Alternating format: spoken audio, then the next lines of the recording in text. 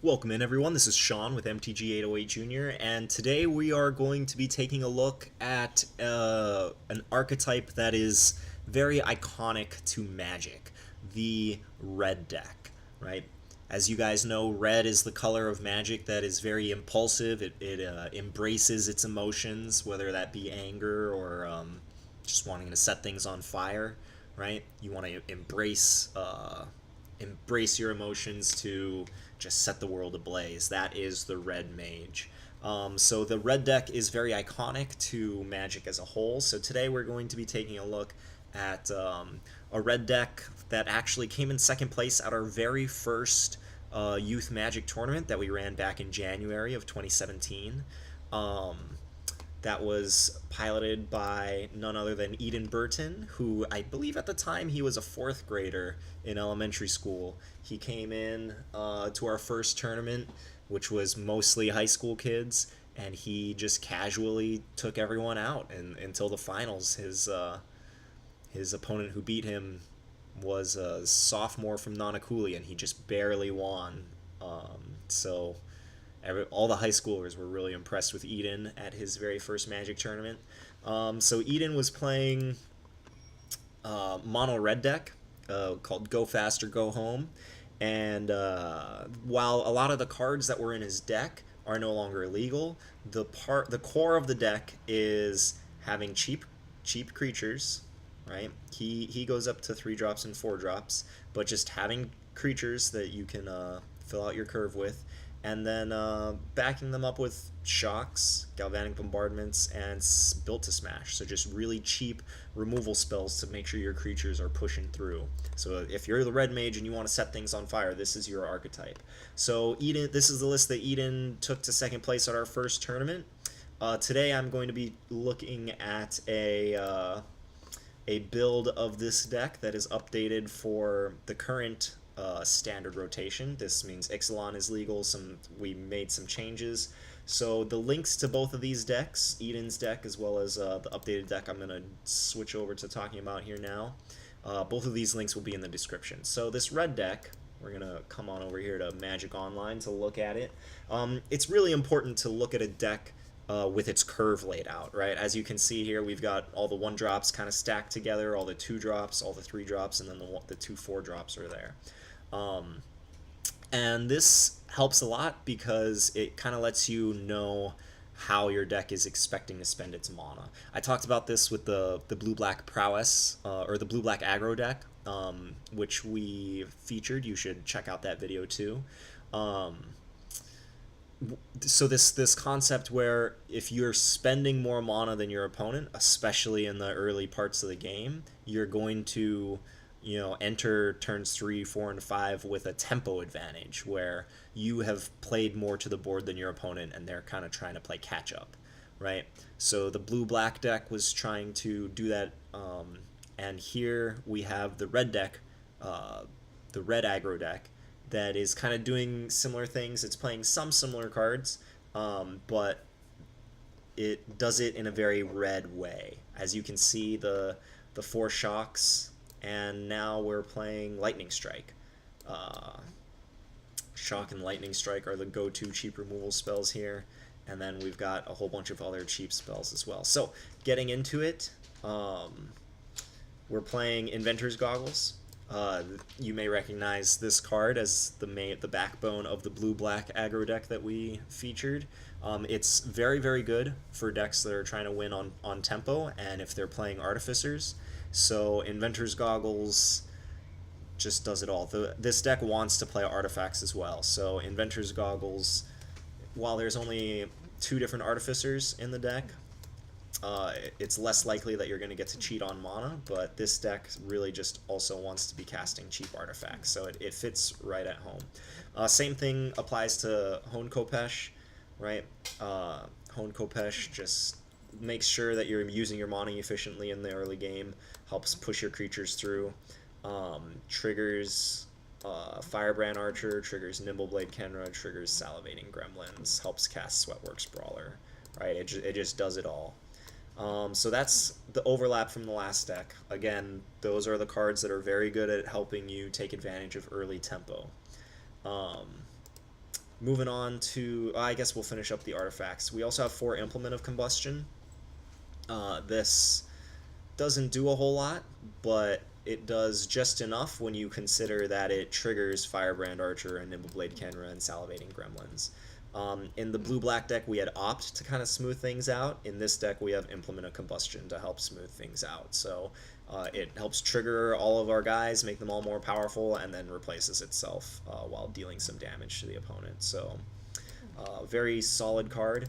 The last card here that in the artifacts we have Renegade Map. You may notice that we're only playing 18 land in this deck. Usually about 20 to 22 is often where decks want to be, but if you're only playing 1-drops and 2-drops, you know, a couple of 3-drops and a 4-drop that can be as cheap as 1 or 2 mana, you don't need a lot of lands. So playing Renegade Freighter, or I'm sorry, Renegade Map lets you play less lands, but Renegade Map kind of counts as a land, but it also triggers Firebrand Archer and Nimbleblade Kenra and Salivating Gremlins, right? You're just trying to set up one big turn with this deck, right? The red mage is just like charging up their fireball, and then they get to unleash it all in one big turn. So that's what this deck is trying to do. That's what all the artifacts are there for. Shock plays a similar game. Cheap tempo triggers Firebrand Archer and Nimbleblade Kenra. You're probably going to kill a creature with this, oftentimes a 2 or 3-drop. Same thing with Lightning Strike, 2 mana. It's probably going to kill a 2 or 3-drop. It can also go to the face for 3, so Lightning Strike just very, very efficient. And then Sweatworks Brawler. Well, I guess we'll go into depth on Salivating Gremlins first. So Salivating Gremlins, we mentioned it with the artifacts. This is the card that goes along with Firebrand Archer, right? Firebrand Archer rewards you for playing non-creature spells. So does Nimbleblade Kenra. Salivating Gremlin rewards you for playing artifacts, and you can turn it into a 4/3 trample. You can turn it into a 6/3 trample. You could, you know, equip a Kopesh and it might be a 7/4 trample, right? Salivating Gremlins can get really big out of nowhere.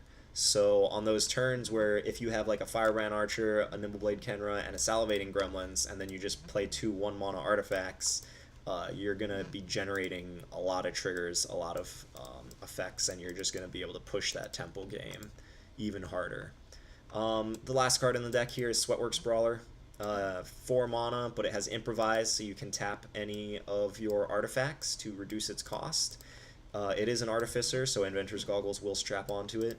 And it's very good around turns 3 to 4.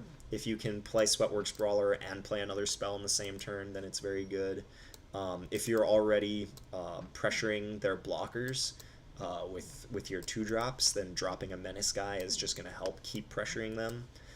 So we don't want too many of these guys because we can't really play it until turn 3 or 4, but on turn 3 or 4, it's great to be able to play 2 spells in one turn. Looking over here at the sideboard, we've got a pretty straightforward sideboard. 3 or 4 Reckless Fireweaver. This guy is similar to Nimbleblade Kenra and Firebrand Archer. It triggers when an artifact enters the battlefield. So it triggers for your artifacts, but not for your burn spells. So Shock and Lightning Strike don't trigger Reckless Fireweaver, whereas they would trigger Nimbleblade Kenra and Firebrand Archer. But Fireweaver is in the board because sometimes you might want to have a 1/3 body instead of a 2/1 body.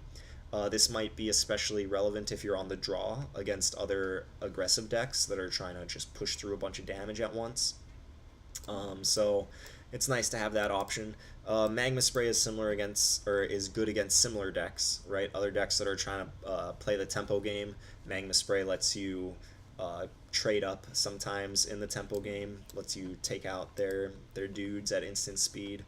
Fling and Hijack is kind of our package for decks that are playing, you know, bigger than normal creatures. Maybe like if their curve is focused on like 3 or 4 drops, then Hijack becomes very good. You can steal their 4-drop, hit them with it, and hopefully the rest of your attackers, that clears the way for the rest of your attackers to get in as well. So Hijack is very good against those decks. Fling, I wanted to get Fling in the main deck, but I chose to prioritize the other spells instead. But Fling is very good with Salivating Gremlins, right? If you make it into 6, 8, 10 power creature, you can just fling it straight at their face. You don't have to go into combat. But the cool interaction here is you can hijack your opponent's creature, attack them with it, and then after you attack them with it, before you give it back to them, you sacrifice it to Fling. So that's a neat little combo that will be good against mid-rangey decks that are playing like 3 and 4 drops. And then the last card we got here in the sideboard is Destructive Tampering. Destroys target artifact. I don't know if I would bring this in against other Inventor's Goggles decks. I would have to playtest these decks against each other to figure out if that's what you want. This is the best Shatter effect that destroys an artifact that's legal. So is that good enough to bring in against a 1 mana artifact? I don't know.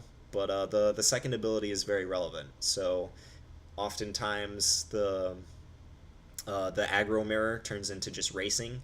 One player is planning to block, and then you can blow them out by saying creatures without flying can't block this turn and just run past all their dudes. So Destructive Tampering, a very cool modal card. So that is red deck wins for the current Standard Pauper metagame. Would love to hear what you think about it. If you want to try the deck out, I highly encourage you to do so.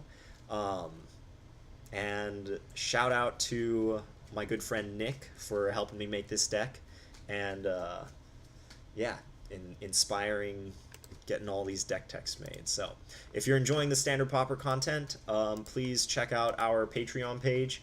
You can become a supporter for as little or as much as you would like to.